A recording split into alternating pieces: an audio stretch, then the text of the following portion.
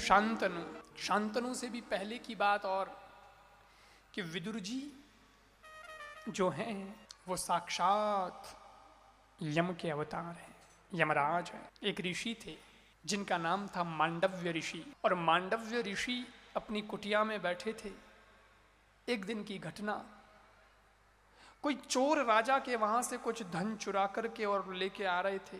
काफी मात्रा में धन था, और इतने में राजा के सिपाही सैनिक पीछे लगे। उनको पता चला चोरी तो हो गई है, पकड़ो पकड़ो, चोर कहाँ है, किधर गए हैं। अब चोरों को पकड़ा ही नहीं की, इधर उधर आवाज, और चोरों को ये पता चल गया कि राजा के सिपाही आ रहे हैं, अब मारे जाएंगे। तो ये जिस रास्ते से जा रहे थे उसी रास्ते में इस मांडव्य ऋषि की कुटिया पड़ती थी। चोरों ने क्या किया, अपने आप को व्यापारी बताया, कहा हम तो व्यापारी हैं महाराज, और बड़ा ज़्यादा सामान है, थोड़ा हमें कहीं जाना है, हम वहाँ जाकर के वापस आते हैं, ये सामान यहाँ रख दें। संत तो सरल होता है, संत तो सोचता ही अच्छा है कि भाई सब मैं भला तो जग भला, मैं साहूकार तो सब साहूकार। अच्छा भाई कोई बात नहीं, आपको रखना है तो रख लो। वे सामान वहाँ रख के और चोर तो भग गए। चोरों को लगा पकड़ा जावे तो बाबा पकड़ा जावे, अपा तो फिर ही, ये थोड़ी बताया था कि हम चोरी करके लाए हैं। वो चोर तो भग गए, और सैनिक भागते भागते आए, मांडव्य ऋषि की कुटिया में आए। मांडव्य ऋषि की कुटिया में देखा, पूछा महाराज किन्हीं चोरों को जाते देखा है आपने? नहीं भैया मैंने कोई नहीं, इधर से तो भाग रहे थे, नहीं देखा, नहीं देखा। कोई जानकारी नहीं आपको? नहीं कोई जानकारी। ठीक है, ये वापस जाने लगे, इतने में वो सामान दिख गया। सामान देख के, ये तो राजा के वहीं से आया है, यही राजमहल में था, ये सामान इसके पास में। ओहो, ये बाबा ही चोर है, या तो चोर ही बाबा का रूप धारण करके यहां बैठ गया था कि मेरे को कोई पहचाने नहीं। पकड़ो इसको, झूठ और बोलता है, पाखंड करता है, चल। मांडव्य ऋषि को पकड़ लिया, राजा के सामने प्रस्तुत किया। राजा साहब से कहा, मांडव्य ऋषि ने, मैं नहीं हूं चोर साहब, मैंने चोरी नहीं की, लेकिन दूतों ने तो पहले ही कह दिया था कि यही चोर है, और इसी के यहां से सामान भी बरामद हुआ है, तो अब तो पुख्ता प्रमाण हो गया है। राजा साहब ने कहा, एक तो तुम नाटक किए, ढोंग किए, चोरी की, जाओ इनको सूली पे लटका दिया जाए, सूली पे चढ़ा दो। पहले सूली की सजा देते थे। तो मांडव्य ऋषि ने इतना समझाया, फिर भी राजा नहीं माना, और उसे सूली पे लटका दिया गया, चढ़ा दिया गया। लेकिन बात यह हुई कि मांडव्य ऋषि सूली पे चढ़ा दिए गए, फिर भी मरे नहीं, मरे नहीं। कई दिन हो गए। तब फिर दूतों ने कहा कि उनको तो कुछ हो ही नहीं रहा, वो मर ही नहीं रहे, वो तो वहां पे बैठ के तपस्या ही कर रहे हैं। राजा बोले बात क्या है? मांडव्य ऋषि के पास पहुंचा, मांडव्य ऋषि से बात की। मांडव्य ऋषि ने कहा, राजा मैं अपराधी नहीं हूं, चोर कोई दूसरे थे और मुझे तुमने पकड़ लिया है, और तुम राजा हो कान के कच्चे, दूत जो कहते हैं वो ठीक है, तुमने भी, तुम्हारा दिमाग नहीं लगा, ये तो कुछ भी कह दे। अरे कभी कभार आंखों से देखा हुआ भी झूठा हो जाता है, तुम्हें थोड़ा और इन्वेस्टिगेशन करना था। राजा बोला, महाराज मैं स्वीकार करता हूं कि मुझसे गलती हो गई है, आप निर्दोष हैं, चलिए मैं आपकी यह सजा माफ करता हूं, मेरा दोष हुआ है, मुझसे गलती हुई है। महाराज बोले, नहीं नहीं नहीं नहीं, मैं अब ऐसे चुपचाप बैठने वाला नहीं हूं, मैं संत, मैंने कुछ गलत किया नहीं, फिर भी मेरे को ये सूली की सजा मिली, क्यों? भले तेरे बहाने से मिली है, लेकिन कहीं ना कहीं तो हिसाब में कुछ कुछ गड़बड़ है, मैं यमराज के पास जाऊंगा और हिसाब मांगूंगा, मैं चुप बैठने वाला नहीं हूं। ये हुआ कैसे? वो चले गए सीधा यमराज के पास। यमराज ने देखा मांडव्य ऋषि, आइए आइए महाराज, आप आइए, आप इधर। महाराज को गुस्सा आएगा, अरे यमराज पोता लेन बैठो, हटे बैठो, थारा डाटा तो खराब पड़िया, तेरा हिसाब तो गड़बड़ पड़ा है, किसको सजा देनी चाहिए किसको नहीं देनी चाहिए तेरे को कुछ पता ही नहीं चलता। रटिया यमराज बनन बैठ गयो। अरे बाबू जी कहीं हो गयो, अरे कैसे मेरे को सूली की सजा कैसे मिल गई? मैं भजन करने वाला आदमी, भगवान का नाम लेता हूं मैं, अरे अच्छा करूं ना करूं, बुरा तो नहीं करता ना किसी का, मैंने तो आज तक किसी का बुरा नहीं किया, मैं मेरे पे बैठा रहा हूं, कुटिया में माला फेरता हूं, तूने मेरे को सूली पे चढ़वा दिया, फाइल खोल, मेरा हिसाब बता, मेरी गलती क्या है? यमराज ने हिसाब, वहां तो डाटा तो रहता ही, डेटा निकाला और पर कहा महाराज इस जन्म में आप बहुत अच्छे हैं, कोई बात की बात नहीं है, सब बढ़िया ही है, आप भगवान का भजन करते हैं, आपका जीवन बहुत अच्छा है, सब अच्छा है, लेकिन जब आप छोटे थे, समझ नहीं थी, कोई भी कारण रहा हो, लेकिन पतंगा या तो तितली या तो कोई ऐसा उड़ने वाला कोई छोटा जीव जो थोड़ा बहुत उड़ता है, आपने उसको पकड़ लिया और उसके पूंछ में सींग चुबो दी, कोई तिनका चुबो दिया और वो बेचारा मर गया। उस जीव का कोई दोष नहीं था और आपको आनंद आ रहा था, आप बच्चे थे, गुद्दा गालिया थे और वो मर गया। इसी ही अपराध के कारण आपको भी सूली पर चढ़ाया गया, ये सजा आपको उस गलती की मिली है। अब बताओ महाराज मेरी क्या गलती है इसमें? मेरा तो काम ही है हिसाब किताब रखना, जो है अपराधी उसको सजा दिलवाना। अभी एक छोटी सी गलती हो गई थी आपसे इसलिए। मांडव ऋषि ने कहा तब मेरी उम्र क्या थी? बोले आप छोटे ही थे, 12 साल के हो, या 12 साल क्या, 12 साल से भी कम उम्र के, बिल्कुल छोटे थे। मांडव ऋषि ने कहा अरे मूर्ख, 12 साल तक तो बच्चे को क्या गलत है क्या सही है कुछ पता भी नहीं रहता है, उसको कुछ समझ भी नहीं रहती है, और तूने उसको भी अपराध की श्रेणी में गिन लिया। मेरे को क्या पता था कि ये क्या हो रहा है, मैंने जो किया वो गलत समझ के या पाप है या जानबूझ करके ऐसा किया, ऐसा तो मैंने नहीं किया था, हो गया क्योंकि समझ ही नहीं थी। तो जब चीज की समझ ही नहीं होती है तब तक वो उस दंड का अधिकारी नहीं होता है, वो अपराध की श्रेणी में नहीं आता है। लेकिन तूने मुझ पर अपराध मढ़ दिया, ना समझ बच्चे की उस हरकत को तूने अपराध की श्रेणी में ले लिया।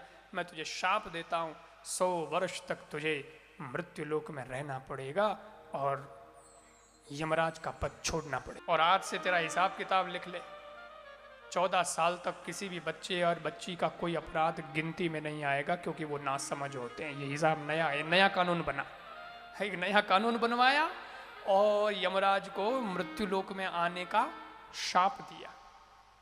अब सज्जनों वही यमराज विदुर जी बने। कैसे बने वो भी सुन लो। राजा शांतनु की कथा। शांतनु की 2 पत्नियां, एक तो गंगा जी और एक जिस पर उनका मन आ गया था सत्यवती जी,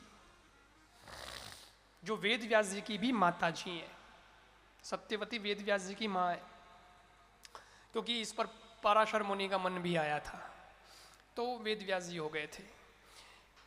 शांतनु की जो पत्नी गंगा है, उस गंगा से जिस पुत्र का, वैसे तो पुत्र और भी जन्मे थे, वसु थे, लेकिन एक जो जिंदा रह गया उसका नाम था भीष्म पितामह। देवव्रत था लेकिन फिर प्रतिज्ञा की भीषण, तो भीष्म हो गए। फिर सत्यवती से विवाह हुआ, तो सत्यवती ने यह पहले ही कह दिया था कि मेरे जो पुत्र होंगे राजगद्दी पर वही बैठेंगे। यूं नहीं कि थाने मोटो बेटो भीष्म थे, भीष्म ने लिया हो कि साहब गद्दी रो अधिकारी तो ओ है, मेरा बेटा बैठना चाहिए। और भीष्म के भी आगे परिवार में कोई लड़ाई झगड़ा नहीं होना चाहिए, इसलिए तो उन्होंने प्रतिज्ञा ही कर ली थी कि भाई मेरा तो परिवार में बढ़ाऊंगा ही नहीं, मेरा राजा मेरे पिता खुश रहे उसमें मैं खुश हूं, उनके लिए मैं अपनी वासना का त्याग करता हूं। और तो क्या, बड़ा त्याग था।